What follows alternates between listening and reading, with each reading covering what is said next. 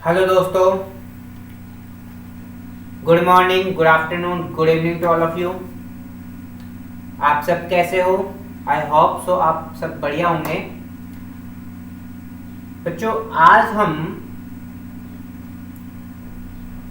जो हमारा introduction of partnership चल रहा था, आज हमारा नेक्स्ट लेक्चर है पार्टनरशिप पर। Type of partnership. क्या?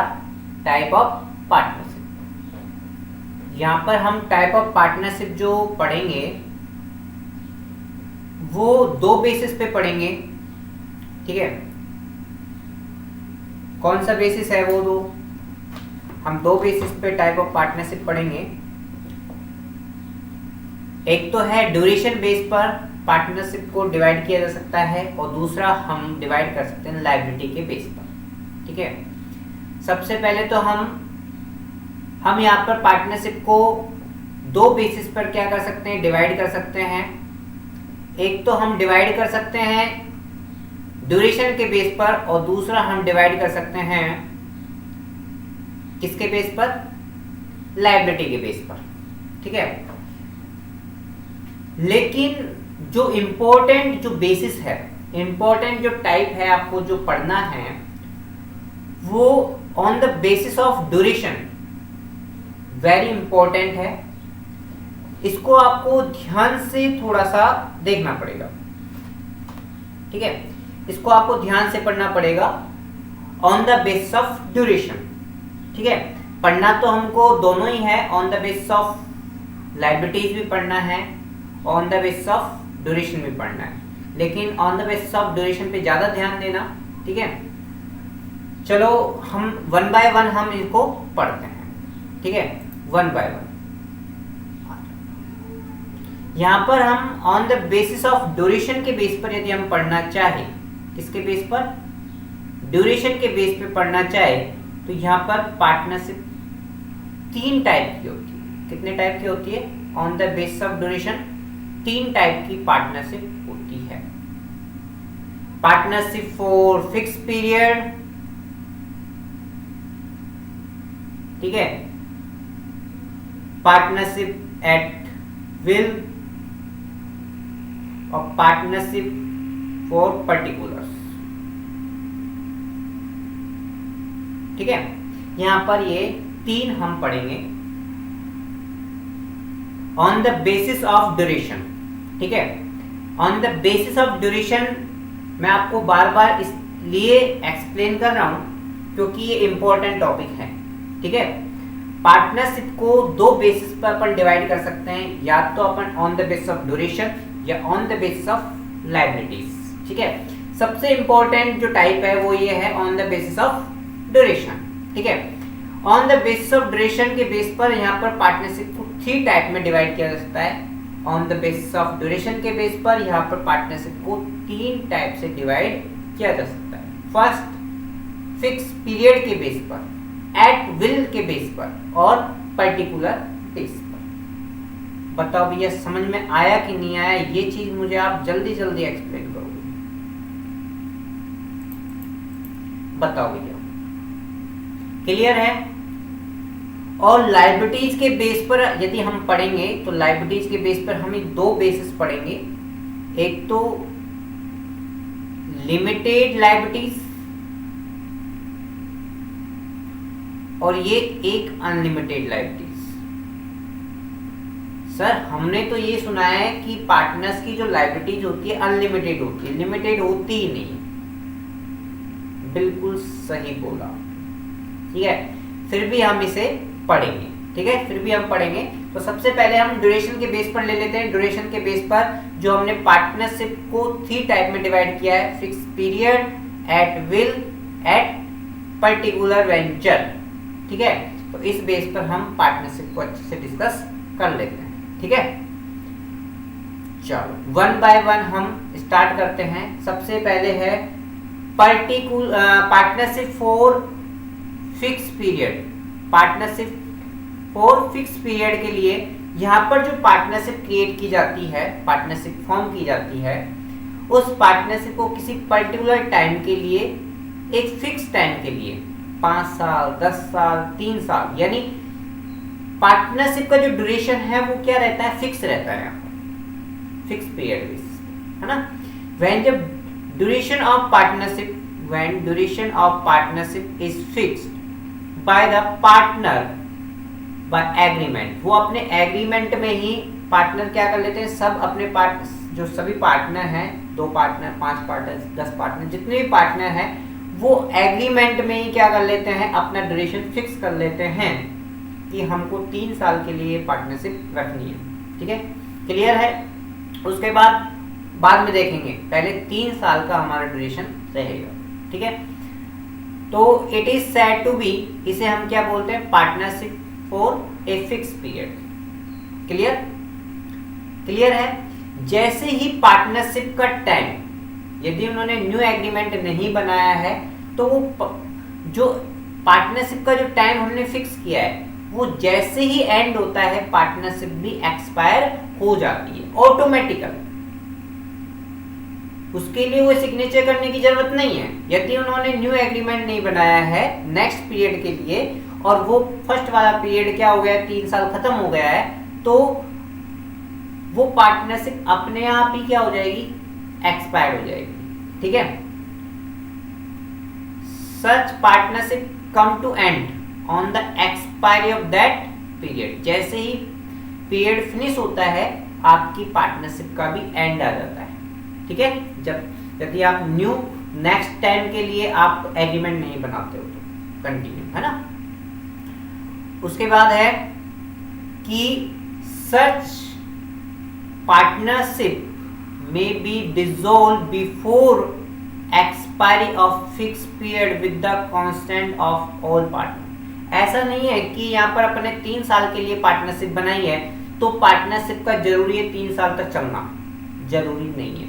यदि 3 साल तक भी उन पार्टनरों में कुछ नहीं बन पा रही है, उनमें डेली झगड़ा होता है, म्यूचुअल एजेंसी नहीं है, तो वो सभी पार्टनरों की सहमति से, ऑल पार्टनर्स की सहमति से वो 3 साल फिनिश होने से पहले भी अपनी पार्टनरशिप का एंड कर सकते हैं, वो अपनी पार्टनरशिप को डिसॉल्व कर सकते हैं, अपनी पार्टनरशिप का वाइंड अप कर सकते हैं, ये ध्यान रखना है आपको, क्लियर है।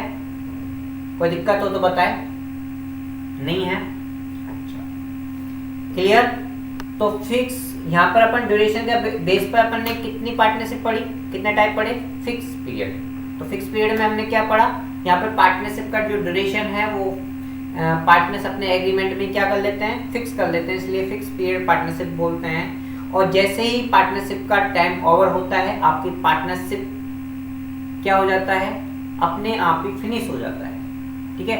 और बीच में भी यदि पार्टनरशिप में कोई म्यूचुअल एजेंसी नहीं हो रही है, झगड़ा हो रहा है, तो वो पार्टनर अपनी सर्व सहमति से, सबकी एक सहमति से वो क्या कर सकते हैं, जिसे हम बोलते हैं कॉन्सेंट, ऑल कॉन्सेंट बेस पर वो क्या कर सकते हैं, अपने टाइम को एक्सपायरी होने से पहले भी वो पार्टनरशिप को डिसॉल्व कर सकते हैं, क्लियर है। नोट डाउन कीजिए, फटाफट नोट डाउन कीजिए। नोट डाउन आपको क्या क्या करना है, एक तो टाइप ऑफ पार्टनरशिप यहाँ पर 2 बेसिस पे पढ़ेंगे, on the basis of duration, on the basis of liabilities. फटाफट नोट डाउन करिए।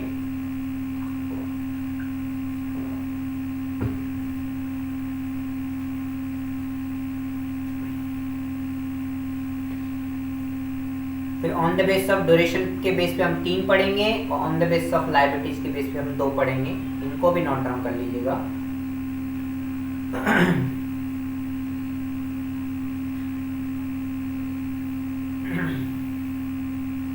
कर लिया। नेक्स्ट आपको हमने सबसे पहले फिक्स पीरियड पार्टनरशिप पढ़ी है, फिक्स पीरियड पार्टनरशिप, इसको भी नोट डाउन कर लीजिएगा।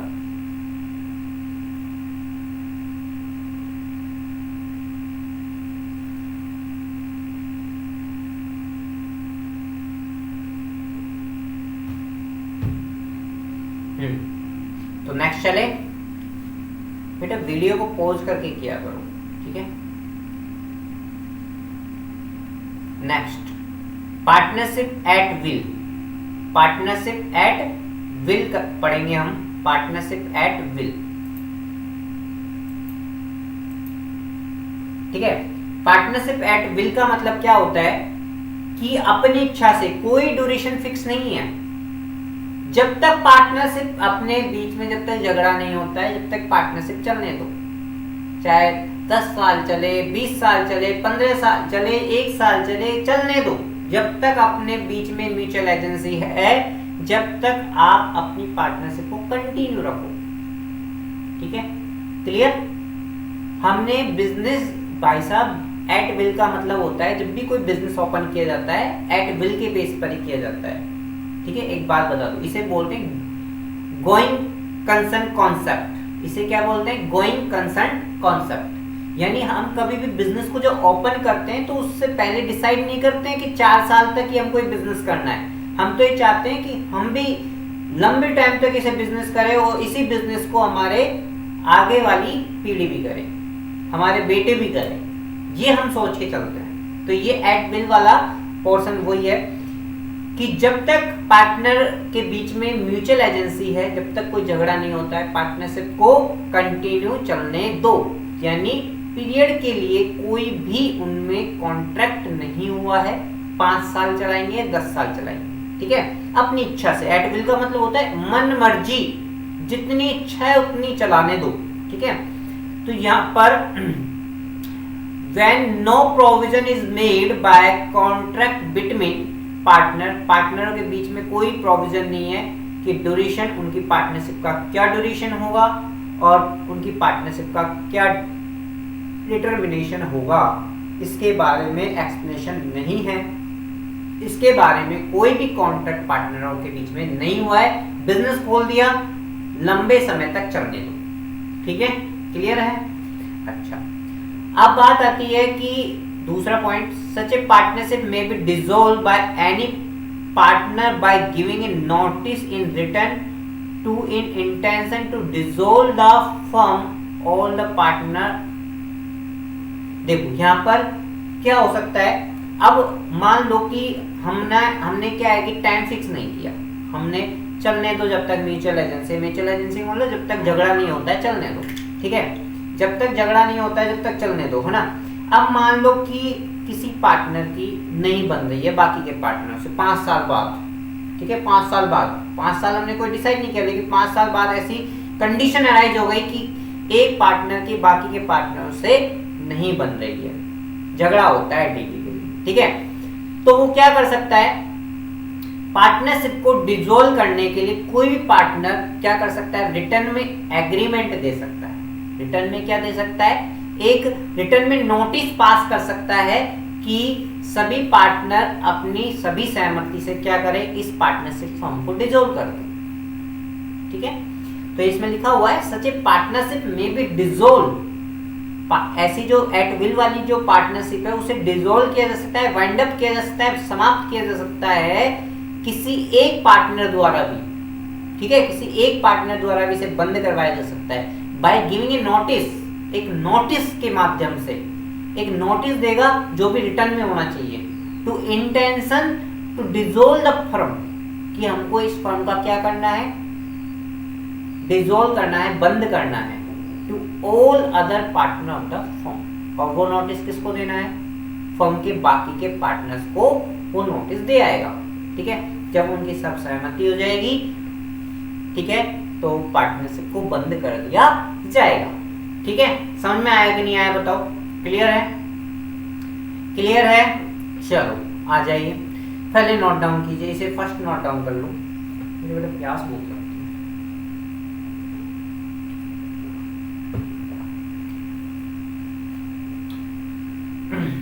नोट डाउन करिए,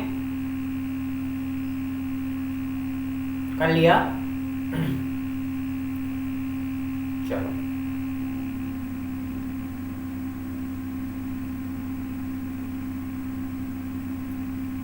नेक्स्ट है, ड्यूरेशन के बेस पे हम 3rd नंबर पर पढ़ रहे हैं, पर्टिकुलर, पार्टनरशिप फॉर पर्टिकुलर। यहाँ पर पार्टनरशिप को किसी पर्टिकुलर वेंचर के लिए ओपन किया गया है। यहाँ पर किसी पार्टनरशिप को किसी पर्टिकुलर वेंचर के लिए, पर्टिकुलर जो ऑब्जेक्ट है उसके लिए इसे फॉर्म किया गया है। यानी दो या दो से अधिक पर्सनों ने डिसाइड किया कि क्यों ना एक सोसाइटी बनाई जाए, तो इसके लिए 2-3 पर्सन क्या हो गए, इन्वॉल्व हो गए, गेट टुगेदर हो गए। ठीक है, अब जब वो आपस में ज्वाइन होंगे तो उनका पर्पस क्या है, एक पर्टिकुलर वेंचर, पर्टिकुलर वर्क है, पर्टिकुलर ऑब्जेक्ट है, सोसाइटी बनाना। जैसे ही सोसाइटी फिनिश हो जाएगी, जैसे ही सोसाइटी बन के कंप्लीट हो जाएगी, उनकी पार्टनरशिप क्या हो जाएगी, ऑटोमेटिकल फिनिश हो जाएगी। यदि कोई नया कॉन्ट्रैक्ट आता है, यदि न्यू कोई सोसाइटी बनानी होती है, तो जरूरी नहीं है कि वो ही पुराने जो पार्टनर हैं वो ही इन्वॉल्व हैं न्यू सोसाइटी को बनाने के लिए। नहीं, हो सकता है किसी अदर पर्सन को वो इन्वॉल्व कर सकते हैं। तो यानी कॉन्ट्रैक्ट यानी वो ऑब्जेक्ट कंप्लीट होने से ही उसकी पार्टनरशिप क्या हो जाती है, फिनिश हो जाती है। यानी किसी ऑब्जेक्ट के लिए ही वो पार्टनरशिप क्या की गई है, फॉर्म की गई है। ठीक है, क्लियर। जैसे इसमें लिखा हुआ है when A partnership form for a particular adventure, यानी पर्टिकुलर वर्क के लिए, पर्टिकुलर ऑब्जेक्ट के लिए हमने क्या किया है, उस पार्टनरशिप फॉर्म को फॉर्म किया है। Undertaking it is called particular partnership. ठीक है, जैसे एग्जाम्पल दे रखा है कि ए और बी एंटर होते हैं पार्टनरशिप में कि एक फिल्म प्रोड्यूस की जाए। ठीक है, एक फिल्म प्रोड्यूस की जाए, मुन्नी की जवानी, शीला की जवानी, ये हमको फिल्म प्रोड्यूस करनी है, दो पार्टनर इन्वॉल्व हो गए। ठीक है, तो इसका मतलब ये हुआ कि जैसे ही मुन्नी की जवानी या शीला की जवानी मूवी फिनिश हो जाती है, बनके रिलीज हो जाती है, उसके बाद जरूरी नहीं है कि जब न्यू फिल्म वो प्रोड्यूस करे तो वो ही दोनों पार्टनर होने चाहिए। ठीक है, उस फिल्म के समापन के साथ साथ उनकी पार्टनरशिप भी क्या हो गई है, फिनिश हो गई है। इसे बोलते हैं हम it is particular partnership. Clear है? कोई प्रॉब्लम हो तो बताइएगा, नहीं है नोट डाउन कर लीजिएगा। ठीक है, फटाफट नोट डाउन करो।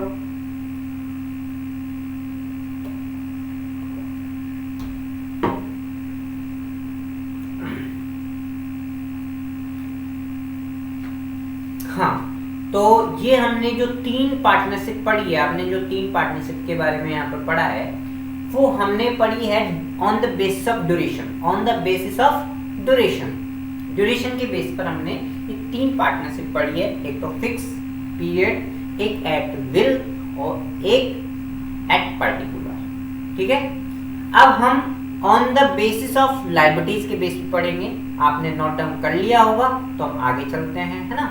नोट डाउन कर लिया तो चलो आगे चलते हैं। लायबिलिटीज के बेस पर यहाँ पर पार्टनरशिप 2 तरीके से यानी फॉर्म की जा सकती है। एक तो अनलिमिटेड पार्टनरशिप, एक unlimited liabilities partnership. Unlimited liabilities partnership, एक होती है लिमिटेड लायबिलिटीज पार्टनरशिप। ठीक है, एक अनलिमिटेड लायबिलिटीज पार्टनरशिप, एक लिमिटेड लायबिलिटीज पार्टनरशिप, ये 2 होती है।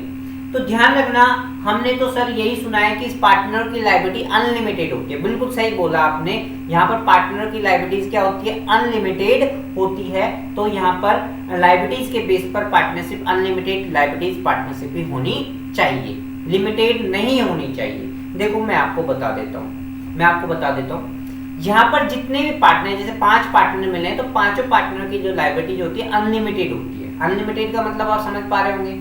अनलिमिटेड का मतलब है कि यदि आप अपने बिजनेस के डेब्ट्स का पेमेंट अपने बिजनेस की एसेट्स से नहीं कर पा रहे हो, तो आपकी पर्सनल एसेट्स को बेच के नहीं आपको बिजनेस के डेब्ट्स का पेमेंट करना पड़ेगा।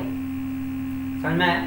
यदि आप बिजनेस के डेब्ट्स का पेमेंट अपने बिजनेस की एसेट्स से नहीं कर पा रहे हो, बिजनेस की एसेट्स कम पड़ गई, ठीक है, तो आपको अपनी पर्सनल एसेट्स बेच के नहीं बिजनेस की डेब्ट्स को क्या करना पड़ेगा, बिजनेस के लोन को क्या करना पड़ेगा, पे करना पड़ेगा। इसे बोलते हैं अनलिमिटेड पार्टनरशिप। क्लियर? तो देखो देयर आर, यहाँ पर जितने भी पार्टनर अनलिमिटेड लायबिलिटी पार्टनरशिप में जितने भी पार्टनर इन्वॉल्व होते हैं, उन सब की लायबिलिटीज क्या होती है, अनलिमिटेड होती है।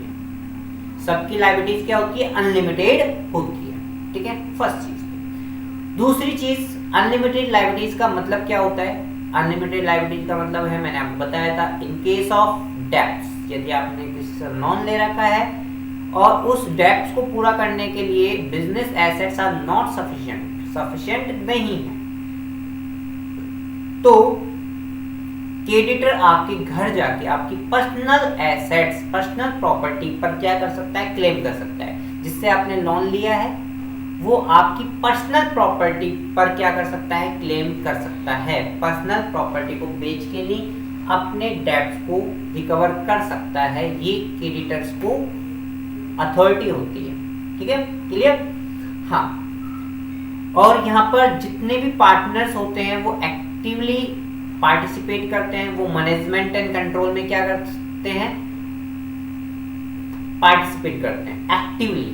सारे पार्टनर क्या करते हैं, पार्टिसिपेट करते हैं। इसलिए इस पार्टनरशिप को, यानी अनलिमिटेड लायबिलिटीज पार्टनरशिप को हम जनरल पार्टनरशिप भी कहते हैं। क्या कहते हैं? हम अनलिमिटेड पार्टनरशिप को यहाँ पर जनरल लिमिटेड पार्टनरशिप भी कहते हैं। It is called general partnership. Clear? यहाँ पर अनलिमिटेड पार्टनरशिप को हम जनरल पार्टनरशिप भी कहते हैं। ठीक है, क्लियर? हाँ, तो फटाफट आप इसे नोट डाउन कीजिएगा, फिर हम लास्ट पार्टनरशिप का टाइप पढ़ेंगे, लिमिटेड लायबिलिटीज। ठीक है, फटाफट।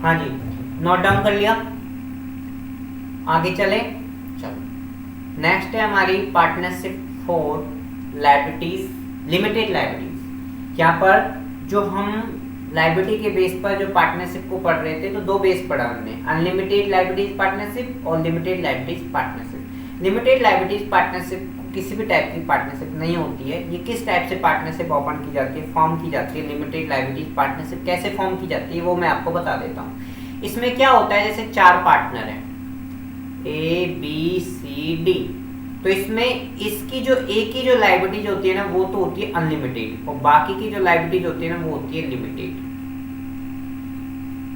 ठीक है, बाकी की जो लायबिलिटीज होती है वो होती है लिमिटेड, और जो एक की लायबिलिटीज होती है वो क्या होती है, यानी किसी एक की लायबिलिटीज अनलिमिटेड होती है, बाकी की सबकी लायबिलिटीज लिमिटेड होती है। ठीक है, अब इस केस में क्या होता है कि जिसकी जो भाई अनलिमिटेड का मतलब है जो रिस्क ले रहा है, अनलिमिटेड लायबिलिटीज का मतलब है रिस्क ले रहा है वो, और बाकी के रिस्क नहीं ले रहे, तो यहाँ पर जो बी सी और डी है ना वो एक्टिव पार्टनर नहीं होंगे। एक्टिव पार्टनर का मतलब वो मैनेजमेंट में पार्टिसिपेट नहीं करेंगे। मैनेजमेंट में पार्टिसिपेट वही करते हैं क्योंकि यहाँ पर म्यूचुअल एजेंसी वाली केस नहीं होगा। वैसे तो पार्टनरशिप में म्यूचुअल एजेंसी होना जरूरी है, लेकिन यहाँ पर म्यूचुअल एजेंसी नहीं होगी। जैसे म्यूचुअल एजेंसी का मतलब ये होता है कि जैसे मान लो कि ए पूरी फर्म के लिए कोई कॉन्ट्रैक्ट कर गया है तो बी सी डी को मानना पड़ेगा। यहाँ पर सी यदि कोई आउटसाइडर से कोई कॉन्ट्रैक्ट कर गया माल खरीदने का या माल बेचने का, तो उसको ए बी डी को मानना पड़ेगा। ये होता है म्यूचुअल एजेंसी। ठीक है, फेथफुल होने चाहिए। लेकिन यहाँ पर देखो, यहाँ पर ए ही पूरा कंट्रोल रखेगा क्योंकि ए ने ज्यादा रिस्क लिया है। ए अनलिमिटेड लायबिलिटीज बियर कर रहा है, ठीक है, और बी सी डी तो लिमिटेड लायबिलिटीज बियर कर रहा है। तो यहाँ पे बी सी डी को कोई अधिकार नहीं है कि वो मैनेजमेंट में प्रॉपरली पार्टिसिपेट करे। ठीक है, क्योंकि उसका सीधा नुकसान किसको होने वाला है, ए को होने वाला है। तो ए कहेगा कि भाई जब मुझे नुकसान होगा, तुम तो भुगतोगे नहीं, मुझे नुकसान होगा तो पूरी रेस्पॉन्सिबिलिटी मैं ही लूंगा, यानी किसी से कॉन्ट्रैक्ट करने का राइट मुझे ही होगा, तुम्हें नहीं होगा। ठीक है, क्लियर है? तो यहाँ पर liabilities of all partner is limited extend to their share escape the one partner. जितने भी पार्टनर हैं उनको एक को छोड़ के बाकी के पार्टनर्स की लायबिलिटीज लिमिटेड होती है और एक पार्टनर की लायबिलिटीज क्या होती है, अनलिमिटेड होना जरूरी है। तो हम लिमिटेड लायबिलिटीज पार्टनरशिप ओपन कर सकते हैं, अदरवाइज लिमिटेड लायबिलिटीज पार्टनरशिप का यहाँ पर पार्टनरशिप में कोई जगह नहीं है। ठीक है, क्लियर है, नोट डाउन करिए।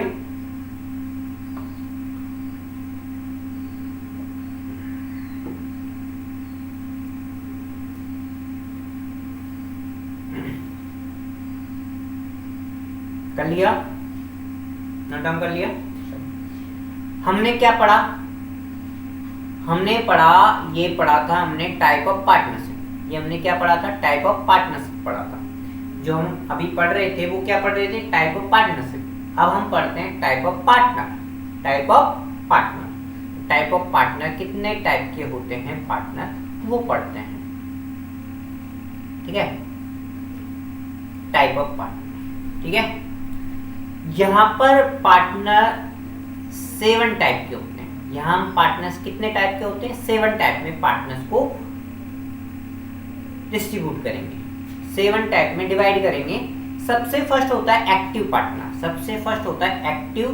पार्टनर। ठीक है, सेकंड होता है स्लीपिंग पार्टनर। सेकंड कौन सा होता है, स्लीपिंग पार्टनर। ठीक है, थर्ड होता है नॉमिनल पार्टनर। थर्ड कौन सा होता है, नॉमिनल पार्टनर। फोर्थ होता है एस्टेबल पार्टनर फोर्थ है, और फिफ्थ है होल्डिंग आउट पार्टनर। फिफ्थ कौन सा है, होल्डिंग आउट पार्टनर।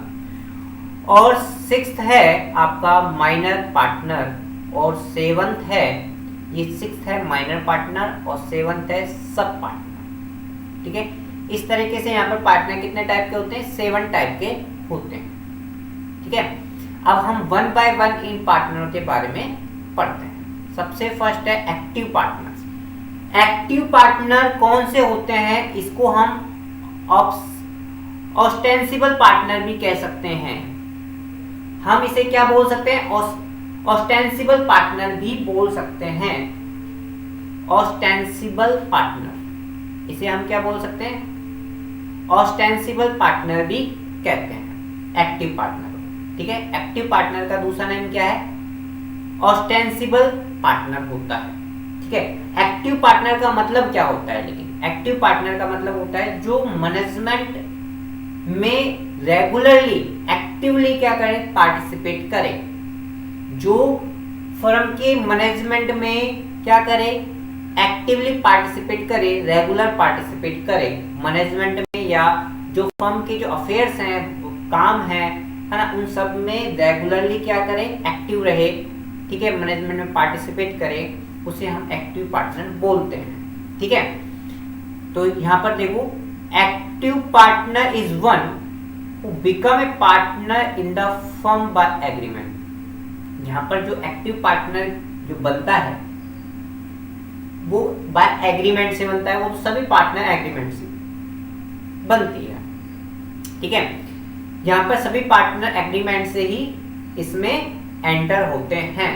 ठीक है, दूसरी बात है who actively participate in the conduct of the business of the firm. Firm के जो भी वर्क हैं, अफेयर्स हैं, उनमें रेगुलरली वो क्या कर रहा है, पार्टिसिपेट कर रहा है, रेगुलरली उन कामों को संभाल रहा है, उन कामों की रेस्पॉन्सिबिलिटी ले रहा है, तो उसे बोलते हैं हम एक्टिव पार्टनर। ठीक है, एक्टिव पार्टनर एजेंट भी हो सकता है। भाई 2 एक्टिव पार्टनर है तो वहां पर एक दूसरे की सुननी पड़ेगी, तो वहां पर 2 एक्टिव पार्टनर है तो एक दूसरे की सुननी पड़ेगी, तो एक एजेंट होगा तो दूसरा प्रिंसिपल होगा। और मैंने एजेंट और प्रिंसिपल वाला कॉन्सेप्ट आपको बता रखा है। म्यूचुअल एजेंसी को हम एजेंट एंड प्रिंसिपल कॉन्सेप्ट कहते हैं। ठीक है, क्लियर, वापस देख लो साथ के साथ। एक्टिव पार्टनर को हम सेकंड नेम क्या बोलते हैं,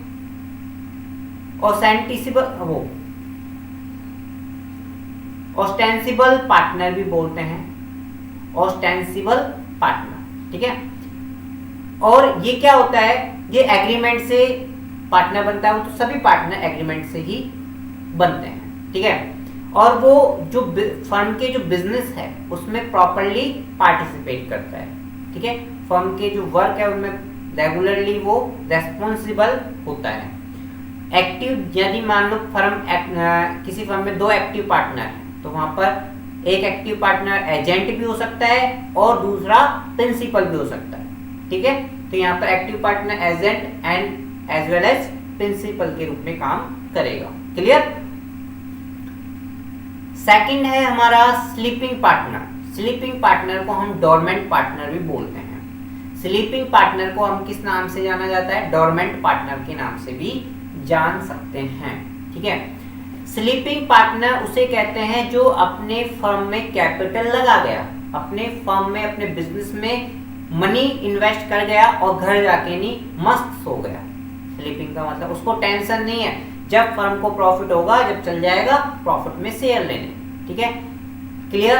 लेकिन वो मैनेजमेंट में पार्टिसिपेट नहीं करता है, ध्यान रखना है। ठीक है, sleeping partner is one who become a partner agreement. ये भी एग्रीमेंट से बना है। तो मैंने तो आपको पहले ही बोल दिया कि यहाँ पर पार्टनरशिप में जितने पार्टनर इन्वॉल्व होंगे बाय एन एग्रीमेंट से ही होंगे।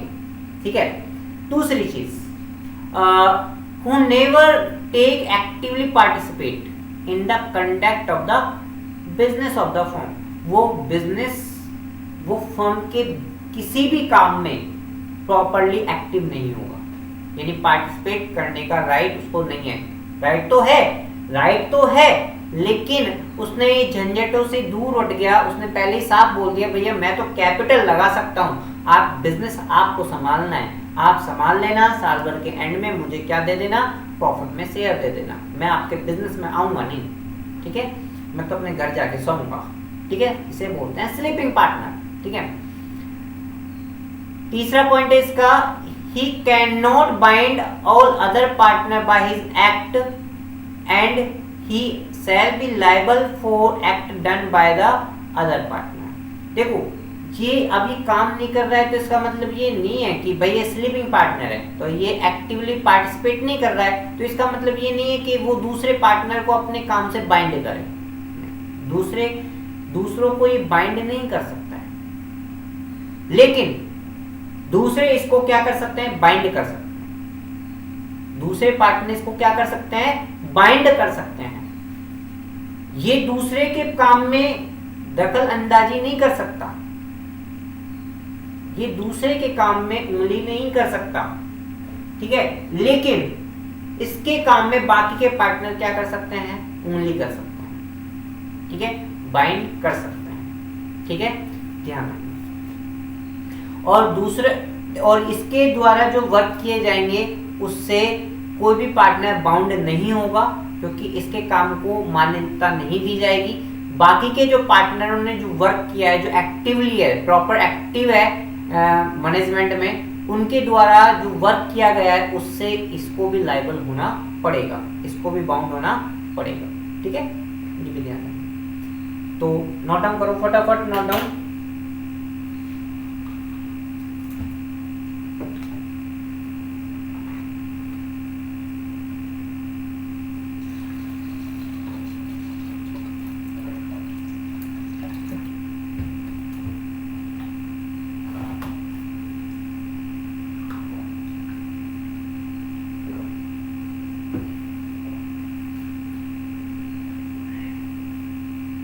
हो गया? क्लियर है? सेकंड क्लियर है? थर्ड पे आ गया। Nominal partner. नॉमिनल पार्टनर का मतलब होता है बच्चों, नॉमिनल पार्टनर का मतलब होता है कि ये पार्टनर एक ऐसे टाइप का पार्टनर होता है कि बस केवल अपना नाम उधार देता है, अपना नाम उधार देता है। जैसे मान के चलो मेरी फर्म का नाम है गोयल एंड ब्रदर्स और बहुत फेमस है। ठीक है, तो मैंने अपनी फर्म का जो नाम है गोयल एंड ब्रदर्स को क्या कर दिया? किसी को यूज करने के लिए दे दिया, तो मुझे कौन सा पार्टनर बोला जाएगा? Nominal partner. ना तो मैं उसकी फर्म में कैपिटल लगाऊंगा, ना ही उसके मैनेजमेंट में पार्टिसिपेट करूंगा, लेकिन मैं उनकी लायबिलिटीज में क्या होऊंगा?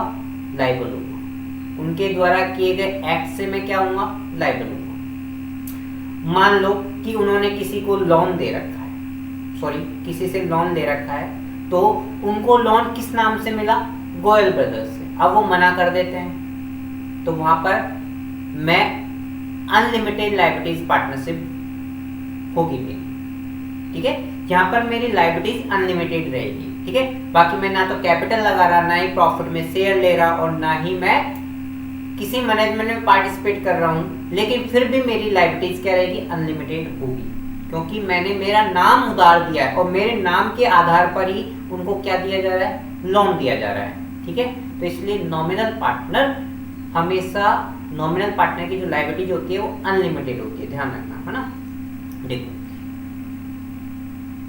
Nominal partner is one, nominal partner कौन है?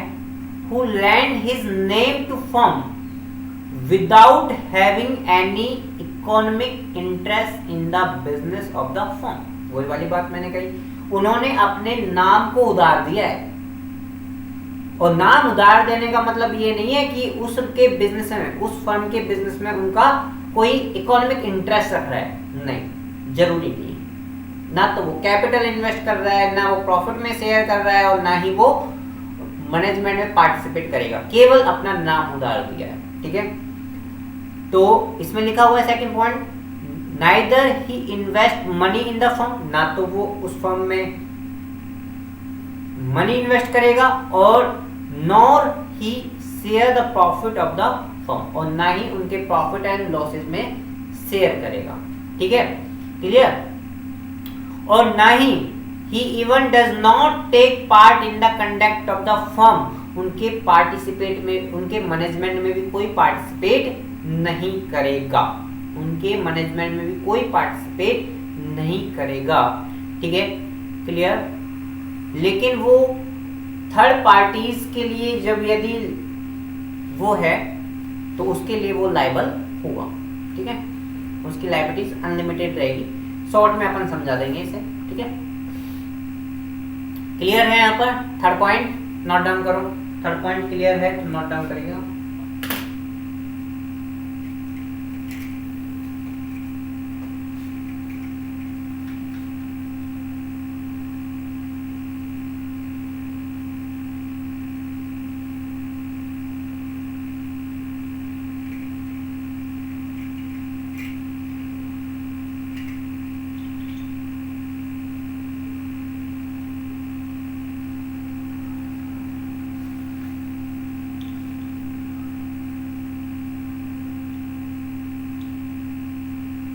हाँ जी, नोट डाउन कर लिया।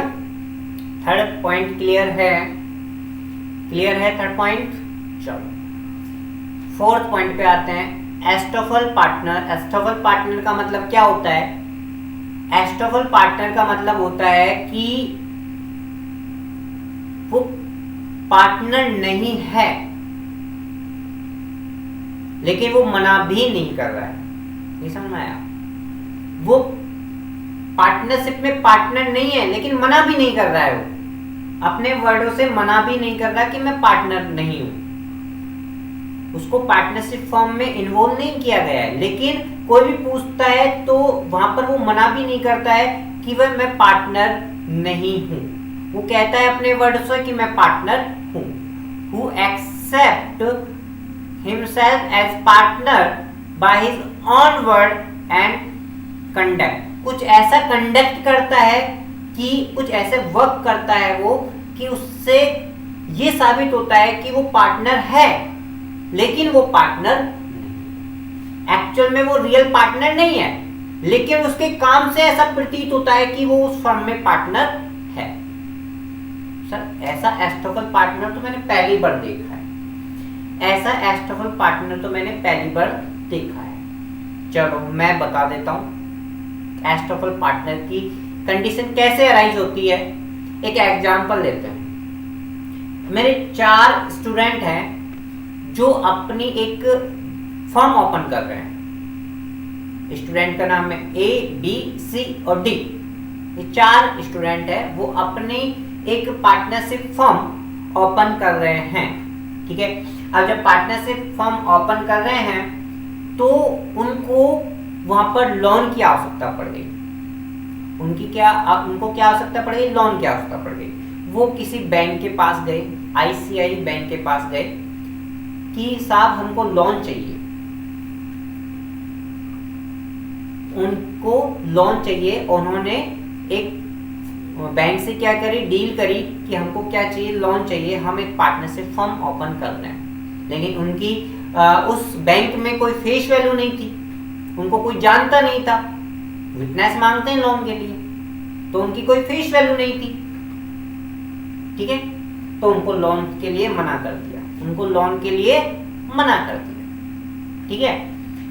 अब उन्होंने सोचा कि हो सकता है ये ICAI वालों को रितेश सर जानते हैं, तो अपन ऐसे करते हैं, रितेश सर को लेके चलते हैं, रितेश सर दिला देंगे लोन, ठीक है। तो वो मुझे लेके गए उस बैंक में, उस बैंक का मैनेजर मुझे अच्छे से जानता था, ठीक है।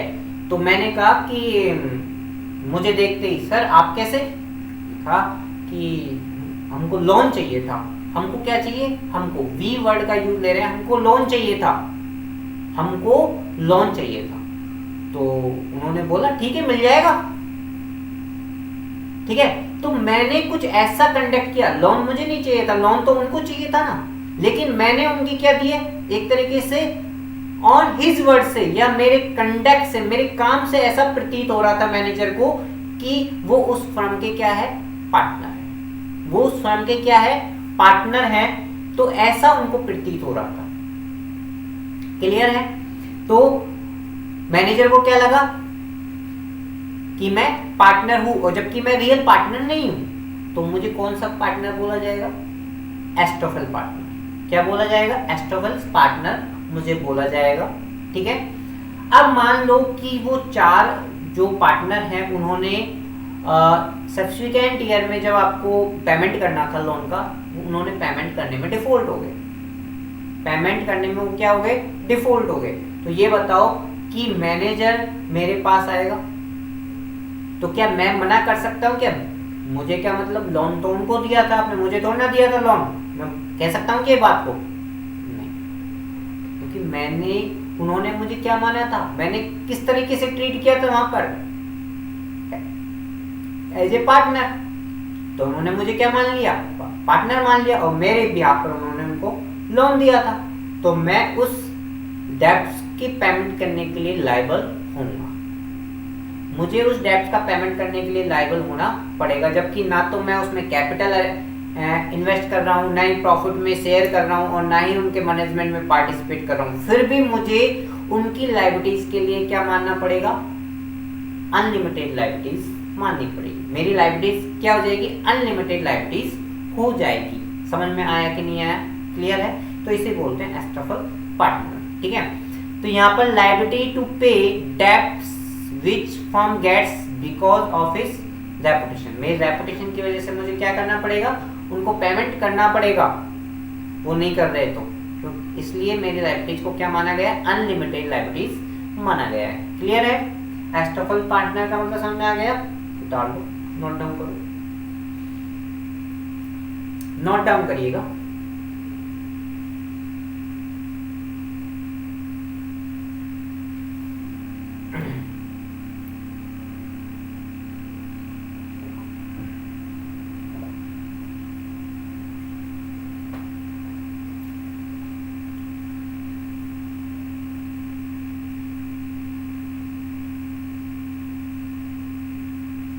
Clear.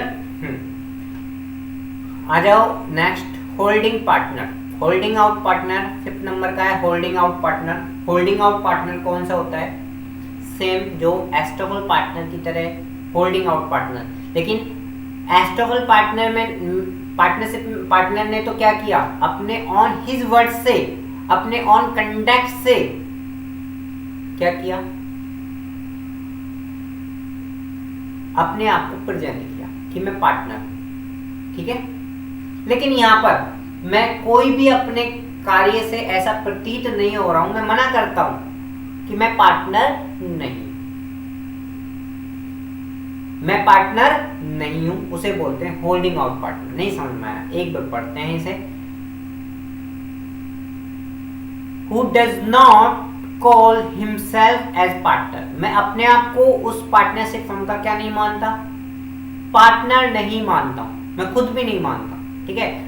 Does not object when other call him partner. लेकिन मैं जब कोई मुझे दूसरा पार्टनर बोलता है तो मैं उसका ऑब्जेक्शन भी नहीं करता। भाई मैं उस फर्म का पार्टनर हूं भी नहीं हूं, मानता भी नहीं हूं, लेकिन कोई दूसरा मुझे उस फर्म का पार्टनर के रूप में देखता है तो मैं उसे मना भी नहीं करता, ऑब्जेक्शन नहीं उठाता हूं। तो उसे बोलते हैं होल्डिंग आउट पार्टनर। उसे क्या बोलते हैं? Holding out partner. ठीक है, कैसे? फॉर एग्जाम्पल से समझो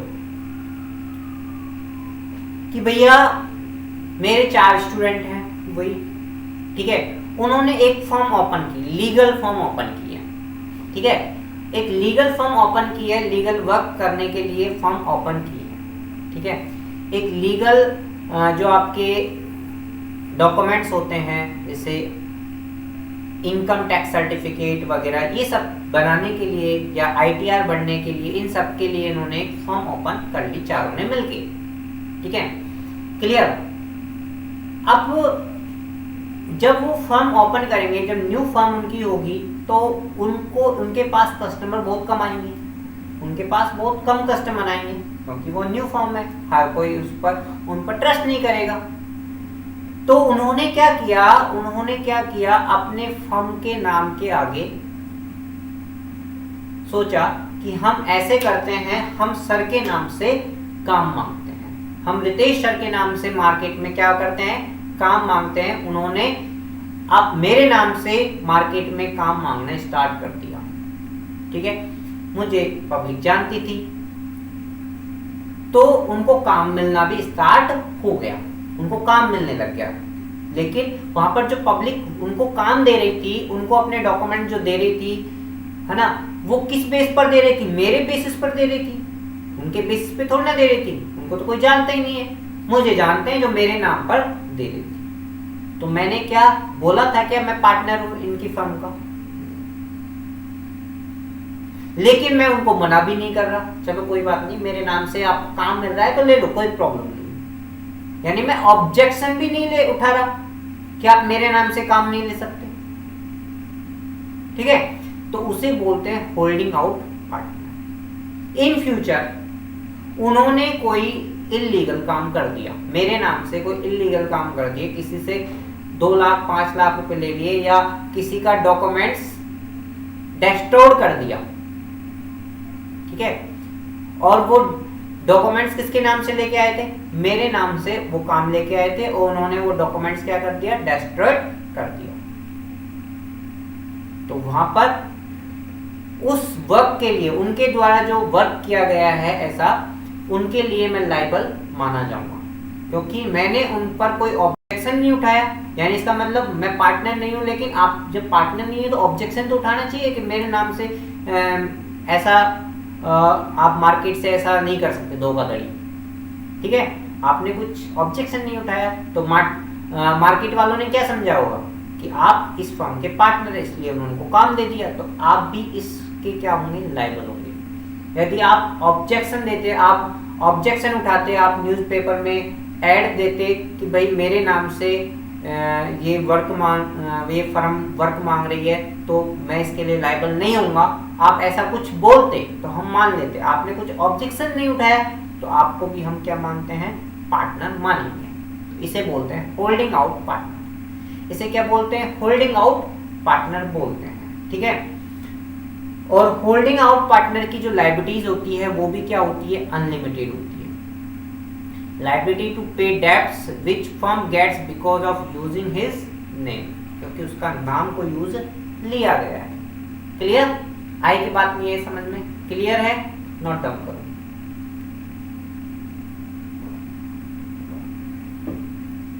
नोट डाउन करिए।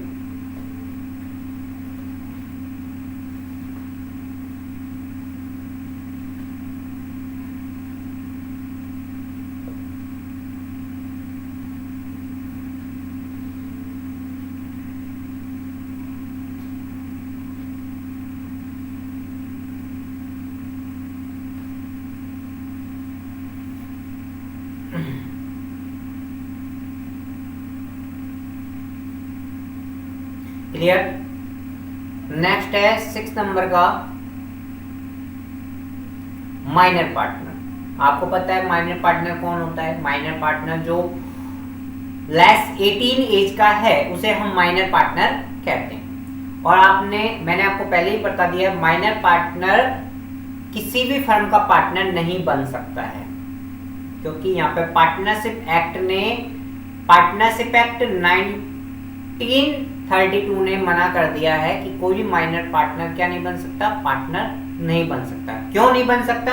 माइनर पार्टनर में अपनी कोई भी डिसीजन लेने की कैपेसिटी नहीं होती है।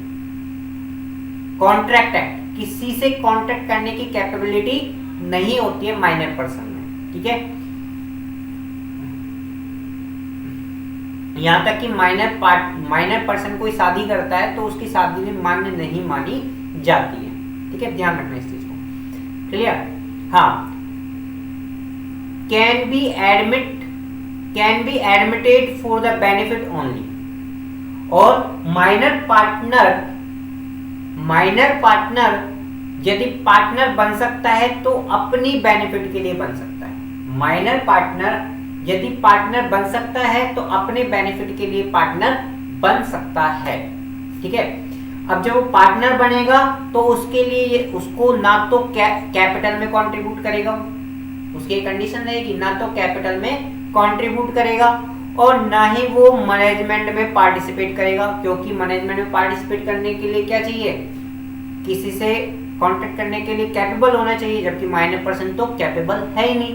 और केवल वो प्रॉफिट ही प्रॉफिट में शेयर करेगा, केवल वो प्रॉफिट ही प्रॉफिट में शेयर करेगा, क्योंकि मैंने आपको बता दिया ऊपर कि हमेशा माइनर पार्टनर अपने बेनिफिट के लिए ही फर्म में क्या हो सकता है? एंटर हो सकता है। यानी उसको प्रॉफिट मिलेगा तो जाएगा, इसका मतलब वो किसी भी लॉस को शेयर नहीं करेगा, वो किसी लॉस को शेयर नहीं करेगा माइनर पार्टनर, ठीक है। क्लियर? नोट डाउन करो।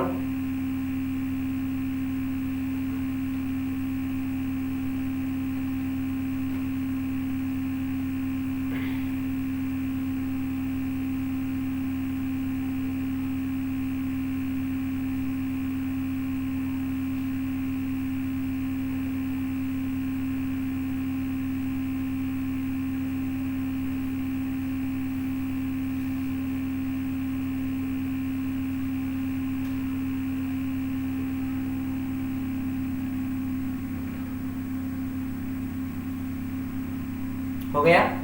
चलो नेक्स्ट है 7th नंबर का सब पार्टनर।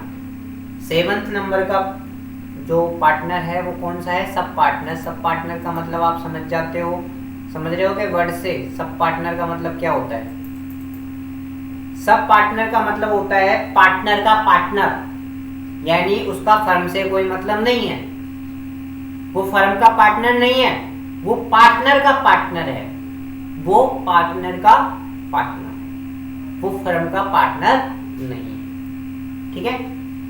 तो सब पार्टनर क्या होता है? Sub partner is not partner in a firm, firm का पार्टनर नहीं है, वो क्या है? पार्टनर का पार्टनर है, जो फर्म के जो पार्टनर है ना उसका पार्टनर है, ठीक है। तो ये बताओ, जब वो फर्म का पार्टनर नहीं है तो फर्म के किसी भी मैनेजमेंट में पार्टिसिपेट नहीं करेगा, फर्म के किसी भी वर्क के लिए वो लायबल नहीं होगा, फर्म में कोई भी कैपिटल इन्वेस्ट नहीं करेगा, फर्म के प्रॉफिट में कोई शेयर नहीं करेगा, यही है, क्योंकि वो फर्म का पार्टनर है ही नहीं। जब फर्म का पार्टनर नहीं है तो सब पार्टनर ये person who get share in the profit divided by the partner from the firm. जब फर्म के प्रॉफिट में शेयर नहीं करेगा तो उसको प्रॉफिट कहां से आएगा? किसका पार्टनर बना भाई? तो किसका पार्टनर बना? तो पार्टनर का पार्टनर बना ना, तो फर्म के प्रॉफिट में तेरा शेयर कहां से बनता है? नहीं बनेगा। आपका तो पार्टनर के जो प्रॉफिट है उसमें से शेयर बनेगा, जो आपके पार्टनर को क्या मिला है? शेयर मिला है फर्म से, उसमें आप शेयर कीजिए, ना कि पूरी फर्म के प्रॉफिट में शेयर कीजिएगा, ठीक है। क्लियर? ओके। उसके बाद है ए sub partner is not directly connected with the firm, वो फर्म के किसी भी मैनेजमेंट में पार्टिसिपेट नहीं करेगा, फर्म के किसी भी वर्क के लिए, एक्ट के लिए लायबल नहीं होगा, ठीक है। It does not mutual agency, उनका फर्म के पार्टनर से कोई म्यूचुअल एजेंसी नहीं होगी, ठीक है, क्योंकि फर्म का पार्टनर है ही नहीं, ठीक है। और ना ही फर्म के किसी एक्ट से क्या होगा, बाइंड होगा, वो ना ही किसी फर्म के एक्ट से बाउंड होगा कि कोई फर्म ने लोन लिया तो ऐसा नहीं है कि उसको पेमेंट करना पड़ेगा, नहीं, ठीक है। He does not neither enjoy any right against the firm, और ना ही फर्म के कोई राइट का यूज लेगा और ना ही फर्म के अगेंस्ट को राइट को यूज लेगा, ठीक है। ना तो फर्म के लिए कोई राइट्स का यूज लेगा, ना ही फर्म के अगेंस्ट कोई यूज लेगा, ठीक है। Does he carry on duty of the firm, उसका कोई भी फर्म के बिजनेस के प्रति कोई ड्यूटी नहीं होगी। Does not he carry any duties for the business of the firm, does not, nor लगा रखा है ना, हाँ nor है ना, nor does, ठीक है, ना ही उसकी किसी फर्म के बिजनेस की ड्यूटी रहेगी। क्लियर है। सब पार्टनर कौन होता है, पार्टनर का पार्टनर, ना कि फर्म का पार्टनर, ठीक है। जब फर्म का पार्टनर नहीं है तो फर्म के प्रॉफिट में हिस्सा नहीं मिलेगा उसको। किसका पार्टनर है वो, पार्टनर का पार्टनर। तो पार्टनर को जो फर्म से प्रॉफिट मिला उसमें उसका शेयर होगा, ठीक है। और फर्म के किसी भी कार्य में उसका डायरेक्टली इन्वॉल्वमेंट नहीं होगा, ठीक है।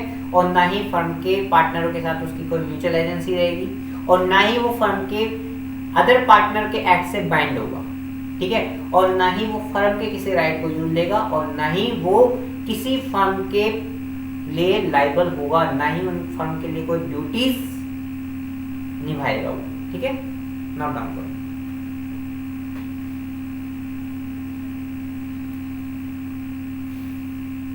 तो हमने 7 टाइप के पार्टनर यहाँ पर पढ़े, ठीक है। 7 टाइप के पार्टनर हमने पढ़े, नोट डाउन कर लिया होगा आपने। नहीं किया नोट डाउन, बेटा नोट डाउन कर लो, ठीक है।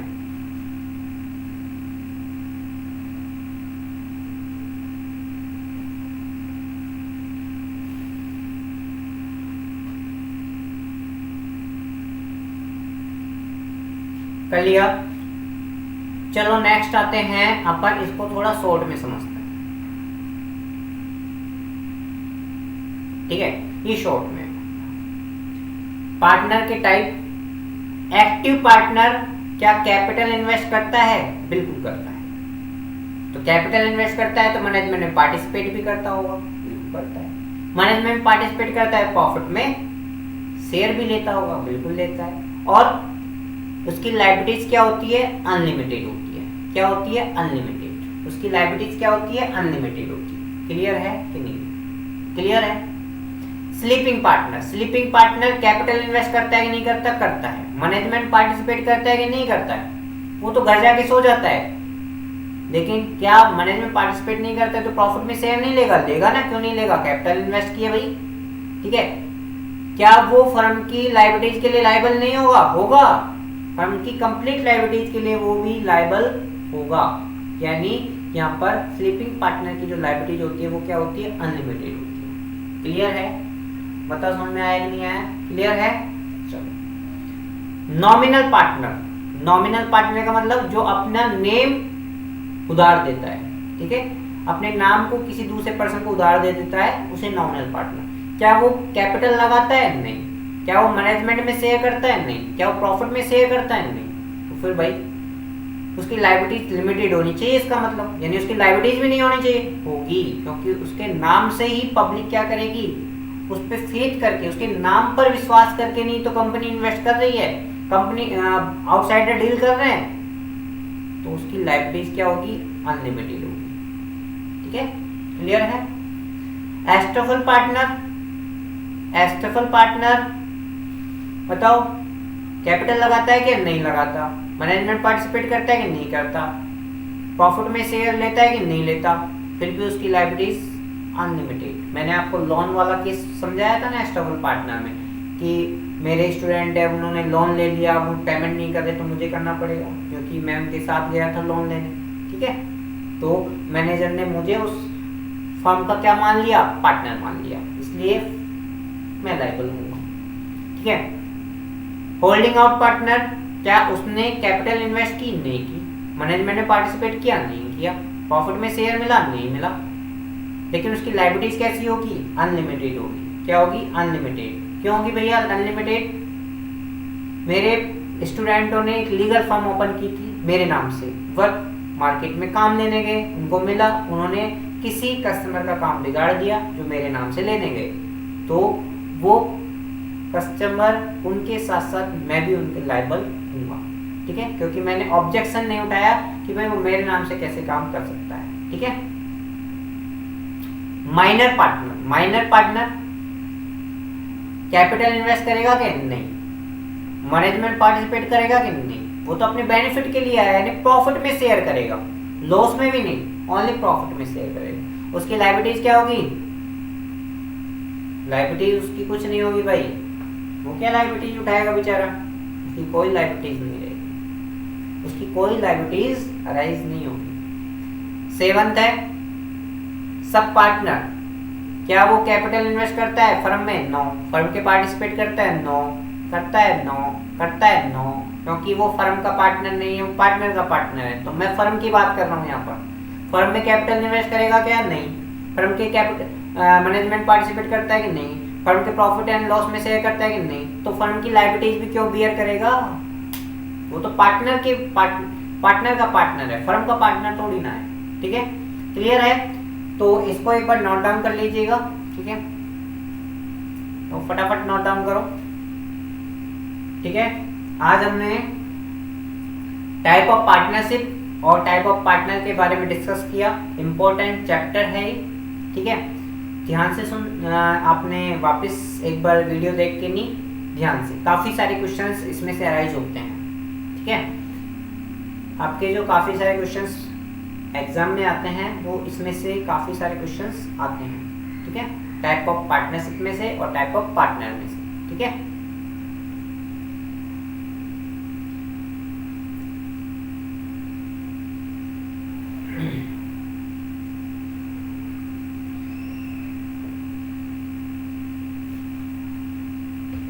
क्लियर है, नोट डाउन कर लिया। चलो, कल हम क्या पढ़ेंगे, ये देखो कल हम क्या पढ़ेंगे। कल के लेक्चर में हमने क्या पढ़ेंगे, कल के लेक्चर में हम बेटा पढ़ने जाएंगे, एक तो हम राइट्स ऑफ पार्टनर पढ़ेंगे,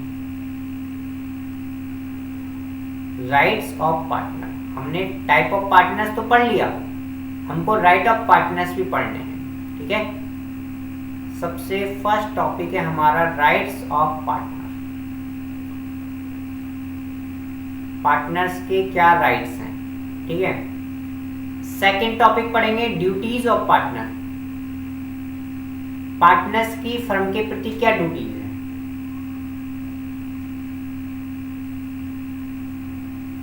ठीक है। थर्ड टॉपिक हम पढ़ेंगे पार्टनरशिप डीड क्या होती है, और पार्टनरशिप डीड में क्या क्या कंटेंट्स होते हैं, ठीक है। और एक पढ़ेंगे हम इसके स्पेशल प्रोविजन, स्पेशल प्रोविजंस। ये चार टॉपिक हमारे कल के लेक्चर का क्या होगा, बेस होगा, ये चार टॉपिक। हम कल के लेक्चर में right of partner, duties of partner, partnership deed और स्पेशल प्रोविजंस पढ़ेंगे, ठीक है। In the absence of partnership deed में ये स्पेशल केस कौन से होंगे, in absence of partnership deed, partnership deed के एब्सेंस में यदि आपने पार्टनरशिप डीड नहीं बनाई है तो क्या स्पेशल प्रोविजंस एप्लीकेबल होंगे, ठीक है। ये हम चार टॉपिक के बारे में कल डिस्कस करेंगे, ठीक है। आज के लिए इतना ही, ठीक है। पढ़ना, रीड करना वापस, और नहीं समझ में आए तो मुझे कॉल करना, ठीक है। बाय बच्चों।